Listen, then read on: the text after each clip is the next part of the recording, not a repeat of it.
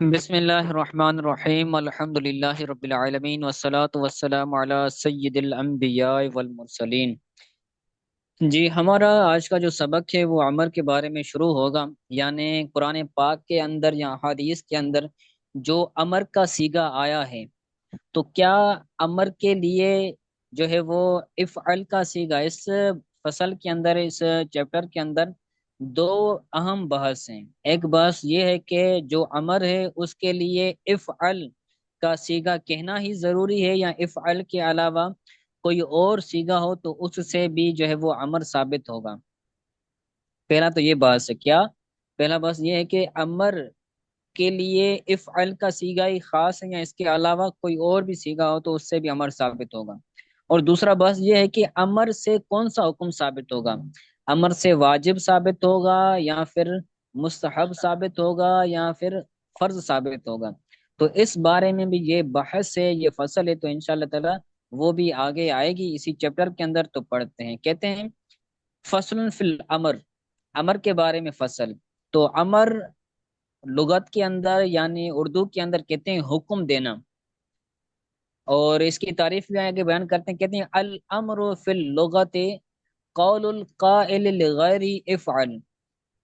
امر لغت میں قائل کا کسی غیر کو افعل کہنا، یہ امر ہے کہ قائل جو کلام کر رہا ہے، جو متکلم ہے، وہ کسی کو کہے کہ یہ کام کرو، مجھے پانی پلاؤ، جو ہے وہ یہ چیز لے کر آؤ، یہ ادھر رکھ دو، تو یہ کیا ہے، اپنے علاوہ کسی اور کو بندہ کہہ رہا ہے کہ یہ کرو، تو یہ کیا ہے، یہ امر ہے۔ قول القائل لغیر افعل، اپنے علاوہ کسی اور کو قائل کا کہنا کہ کرو، یہ لغوی تعریف ہے امر کی، ٹھیک ہے۔ آگے شرعی تعریف یا پھر کہہ لیں اصطلاحی تعریف، کہتے ہیں تصرف و الزام الفعل علی الغیر، فعل کو غیر پر لازم کرنے کا تصرف، اس کو امر کہا جاتا ہے شریعت میں۔ غیر پر فعل کو لازم کرنے کا تصرف یہ امر کہلاتا ہے، یعنی جو غیر ہے اس پر کسی فعل کو لازم کرنا، یہ کام تمہیں کرنا ہے، تو یہ کیا ہے، یہ امر ہے۔ غیر پر فعل کو لازم کرنا، کسی کام کو غیر کو کہے کہ بھائی یہ تمہیں لازم ہے، تمہیں یہ کرنا ہی ہے، اللہ سبیل الاستعلاء، جو ہے وہ بلندی چاہتے ہوئے، بین سطور لکھا ہوا ہے نا، اللہ سبیل الاستعلاء، یعنی امر دینے والا جو ہوگا وہ عظیم مرتبے والا ہوگا، جیسے آقا اپنے غلام کو حکم دے، اسی طرح جو ہے وہ جو بڑا ہے گھر کا وہ کسی چھوٹے کو حکم دے کہ بھائی تمہیں یہ کام کرنا ہے، تو جو بڑے منصب والا ہے وہ چھوٹے منصب والے کو کوئی کام کہے، کسی پر کوئی فعل لازم کرے اس پر، تو یہ عمل کہلائے گا، ٹھیک ہے۔ اب بحث شروع کرتے ہیں، یہ اس کی اصطلاحی اور اس کی لغوی ڈیفینیشن تعریف ہو گئی۔ آگے کہتے ہیں ذکر بعض الائمۃ، یا کے نیچے زیر ہے، ذکر بعض الائمۃ ان المراد بالامر یختص بهذه الصیغۃ، کہ بعض ائمہ نے یہ بات ذکر کی ہے کہ امر سے مراد یہی صیغہ خاص ہے، امر سے یہی صیغہ خاص ہے، امر سے مراد یہی صیغہ خاص ہے، یعنی افعل، اگر کوئی بندہ یہ کہے گا افعل، تو افعل سے امر ثابت ہوگا اور اسی سے وجوب ثابت ہوگا، وہ الوجوب، یعنی وہ وجوب ہے، یعنی اگر کوئی بندہ جو ہے وہ افعل کے صیغے کے ساتھ کوئی کام کہہ رہا ہے تو وہ واجب ہوگا، یعنی شارع علیہ السلام قرآن میں حدیث میں اگر افعل کی صیغے کے ساتھ کوئی کام کوئی حکم آیا ہے تو پھر وہ واجب ہوگا، ٹھیک ہے۔ تو کہتے ہیں وَاسْتَحَالَ أَن يَكُونَ مَعْنَهُ أَنَّ حَقِيقَةَ الْأَمْرِ يَخْتَصُّ بِهَذِهِ الصِّيغَةِ۔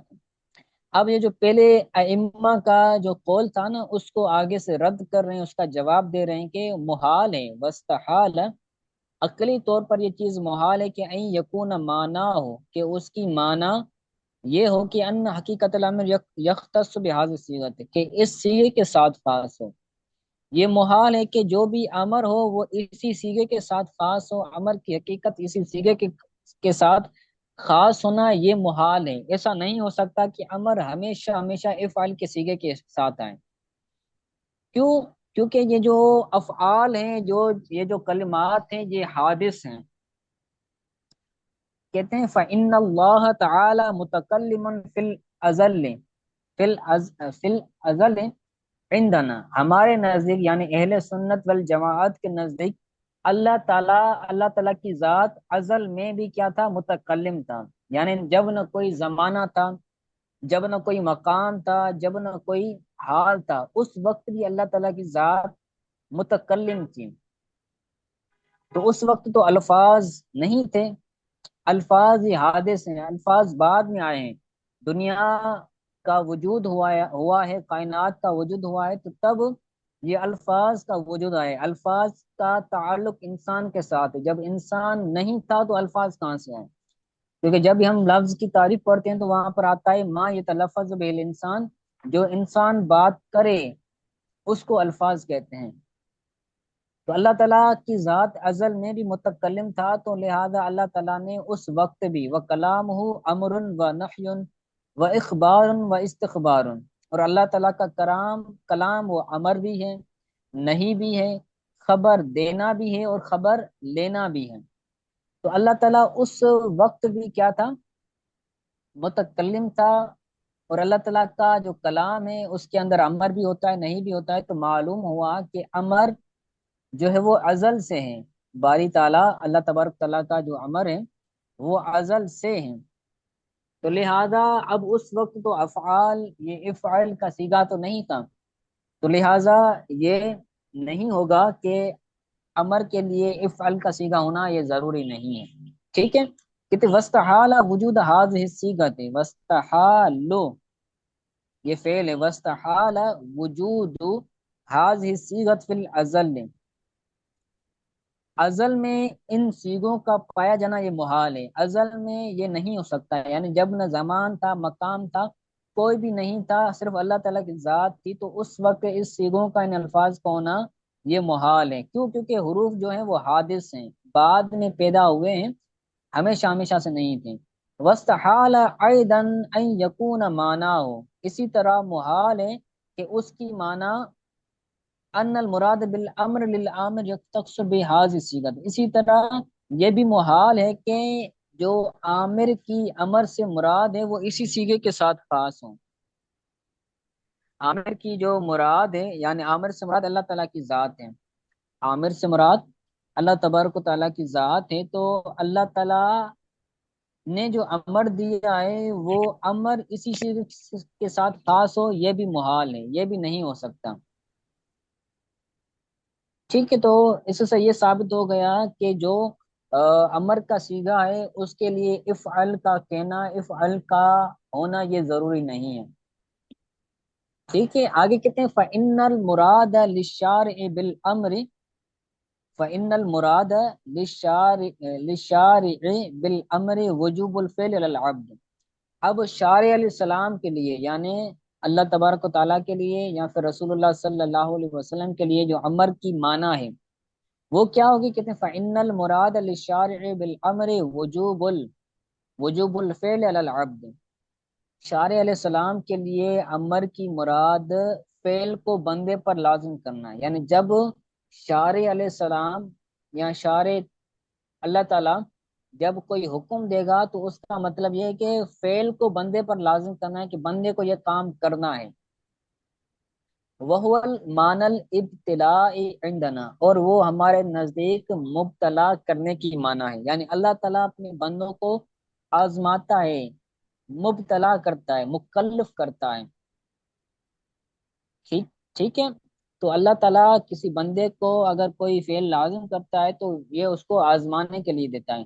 وَقَدْ ثَبَتَ الْوُجُوبُ بِدُونِ هَذِهِ الصِّيغَةِ، اور تحقیق وجوب ان سیغے کے بغیر بھی ثابت ہوتا ہے۔ وقد ثبت الوجوب، اور تحقیق وجوب ثابت ہوا ان سیغے کے بغیر بھی۔ الیس انہ وجب الایمان علی، اب یہاں پر ہو گیا، یہاں پر یہ ایک دعویٰ ہے۔ دعویٰ کیا ہے؟ دعویٰ یہ ہے کہ اللہ تعالیٰ نے جو بندے پر حکم دیتا ہے تو اس کیا ہوتا ہے، وجوب ثابت ہوتا ہے، اور وجوب کا ثابت ہونا یہ اس سیغے کے بغیر بھی ہو سکتا ہے، افعل کے سیغے کے بغیر بھی وجوب ثابت ہو سکتا ہے۔ وجوب کے ثابت ہونے کے لیے افعل کا سیغہ کہنا ضروری نہیں ہے۔ اس کے اس پر دلیل لیتے ہیں۔ وہ دلیل کیا ہے؟ وہ دلیل یہ ہے کہ ایک بندہ ہے جو پہاڑوں میں رہتا ہے، بسا اوقات پاکستان کے اندر یا پھر پوری کائنات دنیا کے اندر کئی ایسے علاقے ہیں جہاں پر لوگ جو ہے وہ رہتے ہیں، لیکن وہاں تک پہنچنا ممکن نہیں ہے۔ جیسے آئس لینڈ ہے، جو ہے وہ بیچ سمندر کے اندر کچھ ایریاز ہوتے ہیں جہاں پر لوگ رہتے ہیں، تو وہاں پر پہنچنا ممکن نہیں ہوتا، ان کی زبان سمجھ نہیں آتی، تو وہاں تک تبلیغ دین کرنا، وہاں پر ایمان کی دعوت لے کر جانا یہ ممکن نہیں ہوتا، تو پھر بھی ان پر ایمان لانا یہ واجب ہے۔ تو ان پر افعال کا صیغہ تو نہیں پہنچا، پھر بھی ان پر ایمان لانا واجب ہے، کیونکہ وہ اللہ تعالیٰ کی قدرت جب دیکھیں گے، پہاڑ دیکھیں گے، سورج دیکھیں گے، آسمان دیکھیں گے، چاند دیکھیں گے، تو اپنی عقل سے وہ یہ سمجھ لیں گے کہ بھائی ان کو کوئی نہ کوئی بنانے والا ہے۔ تو عقل کی وجہ سے بھی اللہ تعالیٰ نے ان پر ایمان کو واجب قرار دیا ہے، تو وجوب کے لیے افعل کا صیغہ ضروری نہیں ہے۔ اس کے اوپر یہ یہ مثال بیان کی ہے، ٹھیک ہے؟ کہتے ہیں الیس انہ وجب الایمان علی من لم تبلغ الدعوت بدون ورود السمع، کہ کیا اللہ تبارک و تعالیٰ نے ایمان واجب نہیں کیا، انہ وجب الایمان، کہ اللہ تعالیٰ نے ایمان واجب نہیں کیا اس پر کہ جس پر تبلیغ دین، دعوت دین نہیں پہنچی، لم تبلغ خود دعوت، جس کو دعوت نہیں پہنچی، بدون ورود السمع، سننے کے، سما کے وارد ہونے کے بغیر، جس نے افعل کا صیغہ سنا ہی نہیں ہے، اس پر بھی ایمان لانا واجب ہے۔ جو ہے وہ پہاڑات دیکھ کر اللہ تعالیٰ کی جو ہے وہ قدرت دیکھ کر اس پر ایمان لانا، اللہ تعالیٰ کی ذات پر ایمان لانا، یہ بھی اس پر واجب ہے۔ تو لہذا افعل کا صیغہ وجوب کے لیے ضروری نہیں، اس صیغے کے بغیر بھی وجوب ثابت ہو جاتا ہے۔ آگے امام اعظم کا قول بیان کرتے ہیں، کہتے ہیں قال ابو حنیفۃ رحمہ اللہ تعالی لو لم يبعث اللہ تعالی رسولا لوجب علی العقلاء معرفته، لوجب علی العقلاء معرفتہ، یہ فاعل بنے گا وجب کا، لوجب علی العقلاء معرفتہ بعقولہم۔ امام اعظم ابو حنیفہ رحمۃ اللہ تعالی فرماتے ہیں کہ اگر اللہ تعالیٰ کسی رسول کو نہ بھی بھیجتا، لو، اگر اللہ تعالیٰ کسی رسول کو نہ بھیجتا، تب بھی عقل مندوں پر، عاقل لوگوں پر اللہ تعالیٰ کی معرفت واجب ہوتی، اللہ تعالیٰ کو پہچاننا ان پر بھی واجب ہوتا، بے عقولہم، عقل کی وجہ سے۔ اللہ تعالیٰ نے عقل کو تو دی ہے نا، عقل کی وجہ سے وہ غور و فکر کر کے، پہاڑوں کو دیکھ کر، جو ہے وہ دوسری چیزوں کو دیکھ کر وہ اللہ تعالیٰ کی معرفت حاصل کر سکتا ہے، تو لہذا جو ہے وہ امر کا صیغہ اس کے لیے ضرور نہیں ہے۔ فَيُحْمَلُ ذَلِكَ عَلَىٰ أَنَّ الْمُرَادَ بِالْأَمْرِ يَخْتَصُّ بِهَذِهِ الصِّيغَةِ فِي حَقِّ الْعَبْدِ فِي الشَّرْعِيَّاتِ، تو اب جو ان بزرگوں نے، بعض جو علماء نے قول کیا ہے کہ جو امر کا صیغہ ہے وہ افعل کے ساتھ، اس صیغے کے ساتھ خاص ہے، تو اس کی مراد کیا ہوگی، اس کی تعویل کیا ہوگی؟ اس کی تعویل بیان کرتے ہیں، کہتے ہیں بس معمول کیا جائے گا، فَيُحْمَلُ ذَلِكَ، اس قول کو معمول کیا جائے گا اس بات پر کہ امر سے مراد یہ صیغہ خاص ہے، امر کی مراد یہ صیغہ خاص ہے بندوں کے حق میں شرعی احکامات میں، یعنی جو بندے ہیں، تو بندے جب شرعی احکامات آپس میں لین دین کریں گے، ان کے جو فقہی مسائل ہیں، ان کے اندر بندوں کے جو حقوق ہیں، ان کے اندر امر کا صیغہ افعال کے ساتھ خاص ہے۔